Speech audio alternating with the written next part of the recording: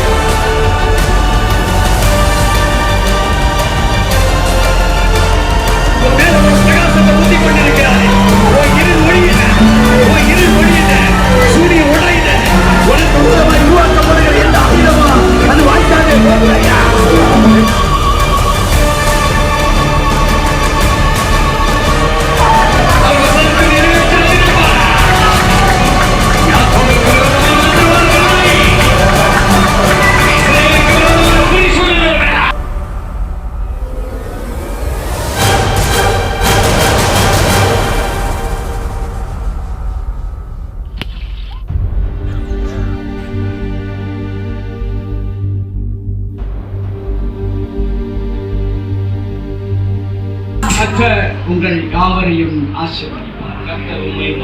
ஆமென்.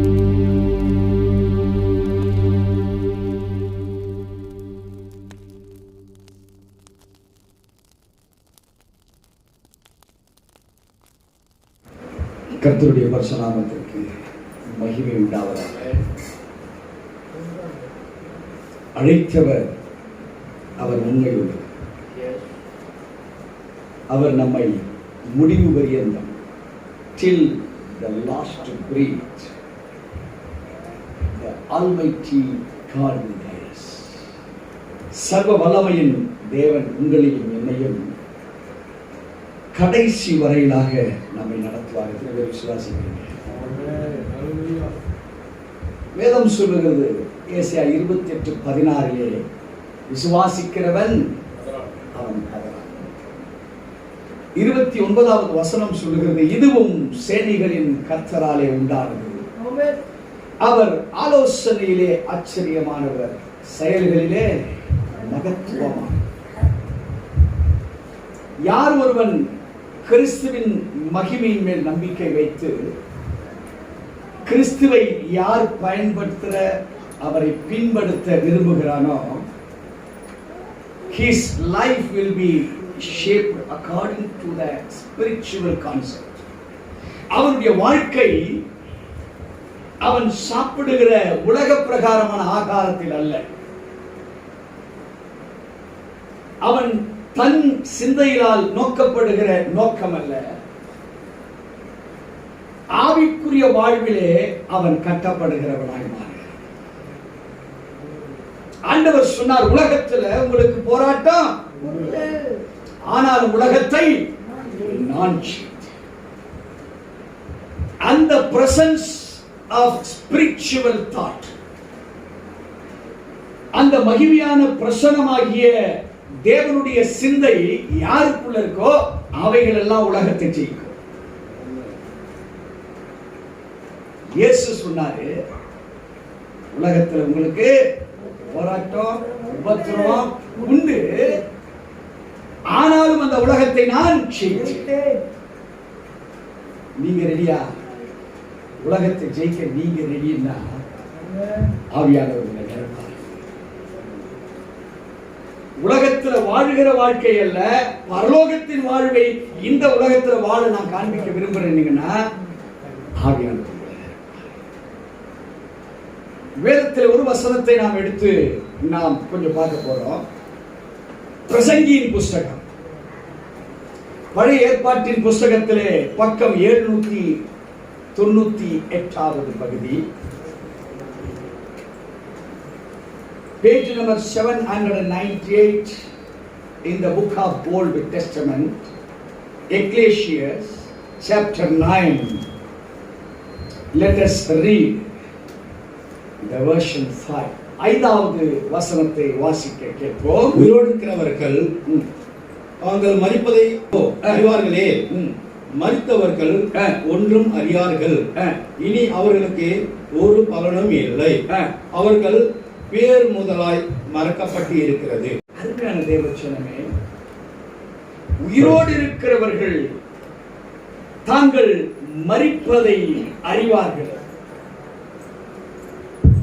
யார் உயிரோடு இருக்கிறார்கள் என்று சிந்தித்துக் கொண்டிருக்கிறார்களோ அவங்க தான் மரிப்பதையும் சிந்திக்க முடியும். யாரா இருந்தாலும் ஆண்டவர் என்ன செய்யறாரு, சில வினாடிகள் அல்லது சில நிமிடங்களுக்கு முன்பாக மரிக்கப் போவதை அந்த ஆத்மா அறிந்து கொள்ளுகிற ஒரு சுவாக்கியத்தை உலகத்தில் அது யாரா இருந்தாலும் சரி, அவன் நல்லவன் கெட்டவன் பணக்காரன் ஏழை பேய் குடிச்சவன் சூன்யம் குடிச்சவன் மாந்திரிகம் குடிச்சவன் யாரா இருந்தாலும் சரி, வேதம் சொல்லுகிறது whoever is alive they will come to know about their deaths. அவர்களுடைய சாவு தெரியாத ஒருவன் மரிப்பது. ஆனால் மரித்த பிற்பாடு மரித்தவனுக்கு அவன் பேர் முதலாக மறந்து விடுகிறது. அந்த சிந்தைகள் அந்த fraction of second எப்போ மரித்து போகிறானோ, இங்கே வேதம் நமக்கு தெளிவாய் நமக்கு சொல்லுகிறது, மரித்தவர்கள் ஒன்றும் அறியார்கள், இனி அவர்களுக்கு பலனும் இல்லை, அவர்கள் பேர் முதலாய் என்ன இருக்குதா மறக்கப்பட்டிருக்கிற தேவச்சனமே. எதை அறிந்து கொள்ள வேண்டுமோ அதை அறியாததுனால அறியாமைக்கு நாம் மதிப்பு கொடுத்து மரியாதை கொடுத்து நாம பல காரியங்களை செய்கிறோம், which is against the law. இவைகளெல்லாம் எது தேவனுக்கு விரோதமானது. இங்கே வேதம் சொல்லுகிறது 6வது வசனத்துல, அவர்கள் சிநேகமும் அவர்கள் பகையும் அவர்கள் பொறாமையும் எல்லாம் ஒழிந்து போயிற்று, சூரியனுக்கு கீழே செய்யப்படுகிறது ஒன்றிலும் அவர்களுக்கு இனி என்றைக்கும் பங்கு. அருமையான தேவச்சனமே, வேதத்தை பார்த்தீர்களா என்ன சொல்லுது? அவர்கள் சிநேகமும் அவர்கள் பகையும் அவர்கள் பொறாமையும் எல்லாம் ஒழிந்து போயிற்று, சூரியனுக்கு கீழே செய்யப்படுகிறது ஒன்றிலும் அவர்களுக்கு இனி என்றைக்கும் பங்கில்லை. நமக்கென்று பங்குள்ள ஒரே ஒரு காலம், still you are alive. எது வரைக்கும் நீங்க உயிரோடு இருக்கிறீங்களோ அது வரைக்கும். அருமையான தேவச்சனமே, உயிரோடு இருக்கிற நாட்கள், நான் அடிக்கடி சொல்லுவேன், 60 வயசு ஒரு ஆளுக்கு நார்மல் போட்டிருக்குன்னு வச்சுக்கோங்க, 30 வயசு தூக்கம் தான், பாதி எவ்வளவு தூக்கம். 15 வயசு வரைக்கும் குழந்தை பருவம் ஒண்ணுமே டிசிஷன் எடுக்கிறது இல்லை, போச்சு. 30 15 எவ்வளவு போச்சு? 45 வருஷம் போச்சு. இந்த 60 ஆண்டுகள்ல சுத்தமா முடித்துக் கொண்டிருக்கிற ஆண்டுகள் only 15 years. இந்த 15 வருஷத்துல கல்யாணம் கச்சேரி, அவனுக்கு ஒரு கல்யாணம் ஆச்சுன்னா மேட்ரு முடிச்சு, அல்லது அவளுக்கு ஒரு கல்யாணம் ஆச்சுன்னா மேட்ரு முடிச்சு. 2 பேருடைய வாழ்க்கையில ஒன்னு சென்ஸ் வர வேண்டியது இருக்கு. ஏன்னு கேட்டா, இவன் பக்குவம் வேற, அவ பக்குவம் வேற. அவ 22 23 வயசு வரைக்கும் தாயினுடைய வீட்டுல அது மகாராணி மாதிரி வாழ்ந்து, இப்ப மாப்பிள்ளை வீட்டுக்கு வருது. மாப்பிள்ளை நல்லவர் தான், எத்தனை மாமியார் நல்லவங்க. நான் யாரையும் குற்றம் சொல்றேன், அவங்கவுங்க மருமகளா இருக்கிற பெண்களுக்கு அவங்கவுங்க மாமியாரை பற்றி சாட்சி சொல்றேன். சரி, மாமியாரை கேட்கிறோம், எங்க வீட்டுக்கு ஒரு பொண்ணு வர வரைக்கும் நான் தாங்க ராஜாஜி. ஒரு மருமகளை போய் கட்டிட்டு வந்த பாருங்க, அன்னையிலிருந்து நான் அடிமையா தேவச்சனமே. இவைகள் எல்லாம் இந்த நெகட்டிவ்ஸ், இந்த பொய்யான ஒரு வாழ்க்கை. மனிதனுக்கு மரிப்பதை தெரிந்திருக்கக்கூடிய ஒரு ஸ்தானத்தை பெற்றிருக்கிற மனிதனுடைய வாழ்வு, மரிப்பதற்கு முன்பாக பல வேதனைகளும் சஞ்சலங்களும் தவிப்புகளும் போராட்டங்களும். ஏன் இந்த போராட்டம்? ஏன் இப்படிப்பட்ட வாழ்வில் இருந்து நான் வெளியே வர முடியுமா? இன்னைக்கு பேப்பர் எடுத்து பார்த்தா பல பிரச்சனைகள். அருமையான தேவச்சனமே, எதை கற்றுக்கொள்ள வேண்டுமோ, எதை வேத ரீதியாக ஆராய்ந்து கொள்ள வேண்டுமோ, இவைகள் அறியாமையில் இருப்பதனாலே the mind has been captured by the spirit of darkness. இருளின் ராஜ்யத்தில் இருக்கக்கூடிய பிசாசுகள் ஒரு மனிதனுடைய வாழ்வை ஆக்கிரமித்து விடுகிறது. சிந்தையை ஆக்கிரமித்து தேவனுக்கு விரோதமான போக்குகளிலே கடந்து செல்லுகிறதுனாலே ஒவ்வொரு மனிதனும் தேவனால் சிருஷ்டிக்கப்பட்ட ஒரு ஆத்மா. அந்த மனிதனுடைய ஆத்மா கேடும் கிறுக்கும் உள்ளதாய் மாறுகிற பொழுது தேவனுடைய சமூகத்தில் தேவ கோபாக்கினை, the anger of the Almighty God, தேவனுடைய கோபாக்கினை செயல்பட ஆரம்பிக்கிறது மனிதனுடைய வாழ்வில். அவன் எந்த பருவத்தில் எதை அடைய வேண்டுமோ அதற்கு முன்பாகவே சாப்டர் க்ளோஸ் ஆகும். ஒரு அத்தியாயம் துவங்க வேண்டும், இந்த காலத்தில் துவக்கப்பட வேண்டும் என்கிற காலகட்டங்களுக்கு முன்பாகவே the spiritual war, ஆவிக்குரிய யுத்தம்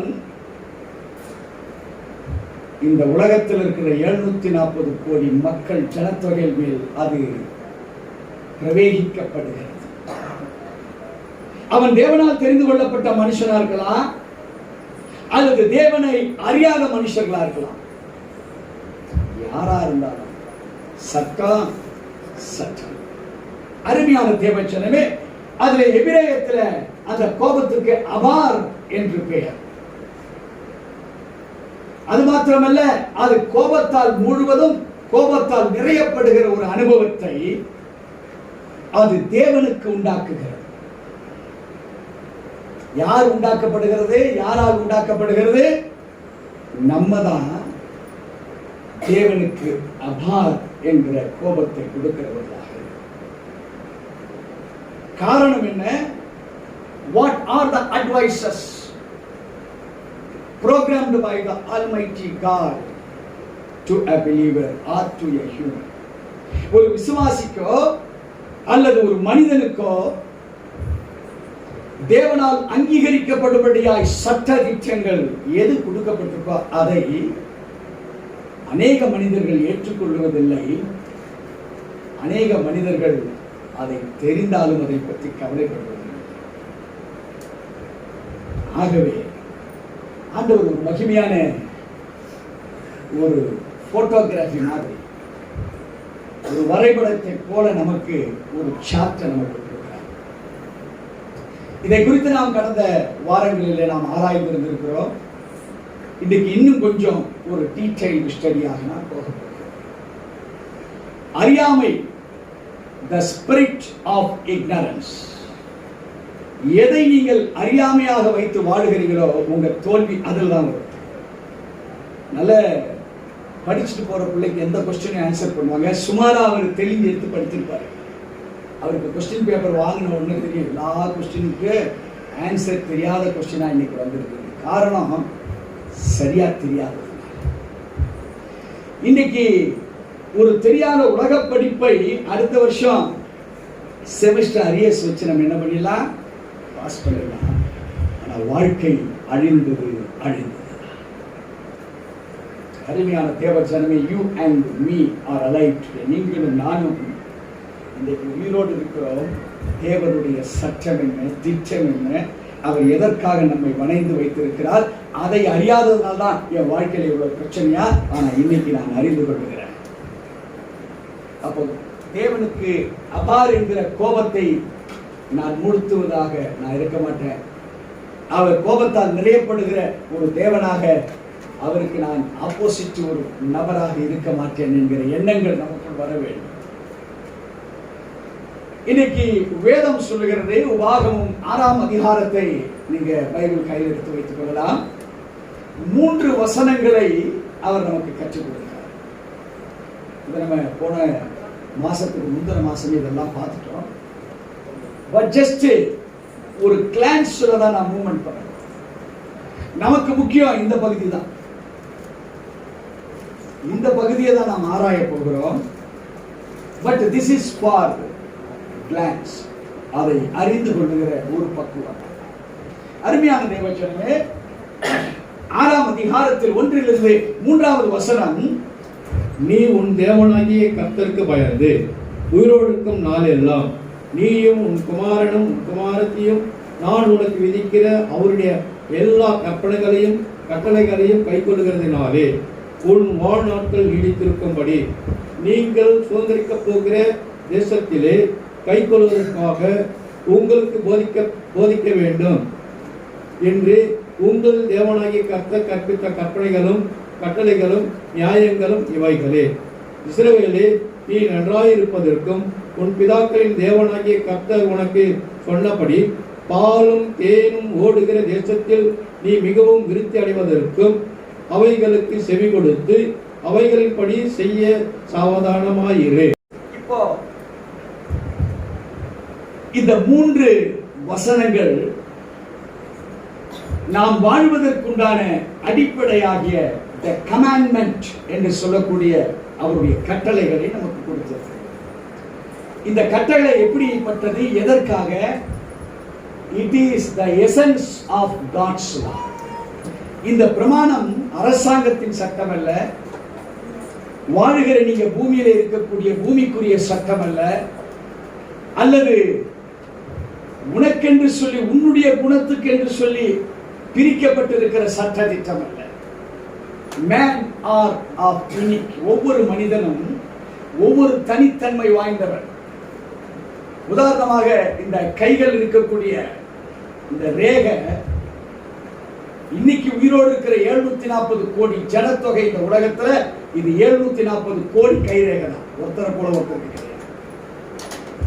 ஒருவேளை மரித்து போனார்களே, மரித்து போனவனுடைய கட்டரவில் கைரேகை செத்து போயிட்டதுனால இனிமேல் கிடையாது, இப்ப இருக்கிறவங்க புது கைரேகையா, அது வேற. ஒரு கண்குள் இருக்கக்கூடிய அந்த பிளாக், அதுல கோடி கோடி கோடி கோடி கணக்கான பிளாக் நம்ம பார்ப்பதுக்கு தான் கருத்து. ஏன் the essence of God's law ஏன் இதுக்கு சொல்லப்பட்டிருக்கு? எசன்ஸ் என்றால் தமிழ்ல நீங்க என்ன அர்த்தத்தை சொல்றீங்களோ, இங்கே சொல்லப்பட்டிருக்கிற அர்த்தம் சாராம்சம். சாராம்சம். இந்த சாராம்சத்துக்கு நிகர் வேற எதுவுமே கிடையாது. சொல்ல அவரை போலவே இருக்கிறாரு, அது கிடையாது. இந்த சாராம்சம் தேவனால் கொடுக்கப்பட்ட சட்டமே தவிர வேற சட்டம் இல்லை. அருமையான தேவஜனமே, உன்னையும் என்னையும் வாழ்வதற்கு God has given us some law. சில சட்ட திட்டங்களை கொடுத்து அதற்கு பெயராக கமாண்ட்மெண்ட் என்று நமக்கு ஆய்வுபடுத்தியிருக்கிறார். வாசிக்க கேட்போம். 4 5 வசனம், 4 and 5. இஸ்ரவேலே, கேள், நம்முடைய தேவனாகிய கர்த்தர் ஒருவரே கர்த்தர். நீ உன் தேவனாகிய கர்த்தரிடத்தில் உன் முழு இருதயத்தோடும் உன் முழு ஆத்துமாவோடும் உன் முழு பலத்தோடும் அன்பு கூறுவாயாக. 4 5 என்ன சொல்லுது? What are the different types of commandment? பல கமாண்ட்மென்ட் இருக்கு. நம்ம அதெல்லாம் வரக்கூடிய ஃபியூச்சர்ல பார்க்கலாம். இந்த ஒரு சப்ஜெக்ட் இன்னும் குறைஞ்சது என்னுடைய விசுவாசம் 4 வருஷம். Already we have crossed about 2 years. கோபம் என்கிற ஒரே ஒரு வார்த்தையை கொண்டு ஆரம்பிக்கப்பட்ட இந்த சப்ஜெக்ட் 2019 முடிஞ்சு போச்சு, 20 முடிஞ்சு போச்சு, 21 போயிட்டு. இது இன்னும் 4 ஆண்டுகள் இந்த சப்ஜெக்ட். பிரமாணத்தை தொட்டுட்டா ஒருவேளை தெரியல, ஒரு 15 ஆண்டு காலம் இருக்கும். ஒரு நிர்வாணம் அப்படின்னு ஒரு சப்ஜெக்ட் எடுத்தீங்கன்னா லேவியர்களாக அவ்வளவு இருக்கு. வெறும் நிர்வாணம் என்கிற ஒரே ஒரு சப்ஜெக்ட், அந்த கோபத்தில் வரக்கூடிய சப்ஜெக்ட். பல வார்த்தைகளை கொண்டு இந்த கமாண்ட்மெண்ட் இருக்கு. ஆனா ஒரு கமாண்ட், the great command என்று ஆண்டவர் சொல்கிறார். What is that great command? அந்த கமாண்ட சொல்றாரு, love of the Lord. தேவனுடைய சமூகத்திலிருந்து பெற்றுக்கொள்ள நினைக்கிற நீ அந்த அன்பை எப்படி நீ விசுவாசிக்கிறியோ, அந்த அன்பாகப்பட்டது உன்னிடமிருந்து பிரகடனப்படுத்தப்பட வேண்டும். that is called as the great command. அதனால அவர் சொன்னாரு, இஸ்ரவேலே கேள், hear what I try to command. நான் எதை உனக்கு இதை தான் கேட்கணும்னு சொல்ல விரும்புறனோ அதை நீ கேள். ஷமா என்று ஹீப்ரூல சொல்லுவாங்க. அந்த வேலை பிரிச்சு படிச்சீங்கன்னா ரொம்ப நல்லா இருக்கும். ஃபர்ஸ்ட் நம்ம படிச்சிருக்கோம். ஷமா, ஷமா இஸ்ரவேலே கேள். Hear what the command determines for an individual. ஒரு தனி மனிதனுக்கு தேவன் எதை தீர்மானித்து கேட்க சொல்றாரோ அதை நீ கேள். நான் இங்க பிரசங்கம் பண்ணலாம் பொதுவான வார்த்தை, ஆனா கேட்கிற ஒவ்வொருத்தருக்கும் அந்த மெஷர் டிஃபர் ஆகும். தூங்கிக்கிட்டே கேட்கிறவனுக்கு எப்படி இருக்கும்? ஃபுல்லா ஆய் ஒழியுதுன்னு அர்த்தம். என்ன செய்து தூங்குறவனுக்கு இந்த வார்த்தை உள்ள இறங்கி இறங்கி ஃபில் ஆகி தாவீது சொல்றான், ஆண்டவரே என் பாத்திரம் நிரம்பி வழிகிறது. எப்போ அது நிரம்பி வழியும்? சபையில செய்தி கொடுக்கும் போது நல்லா தூங்குறவங்க. சும்மா சொல்ல யாரா தூங்கிற போறீங்க?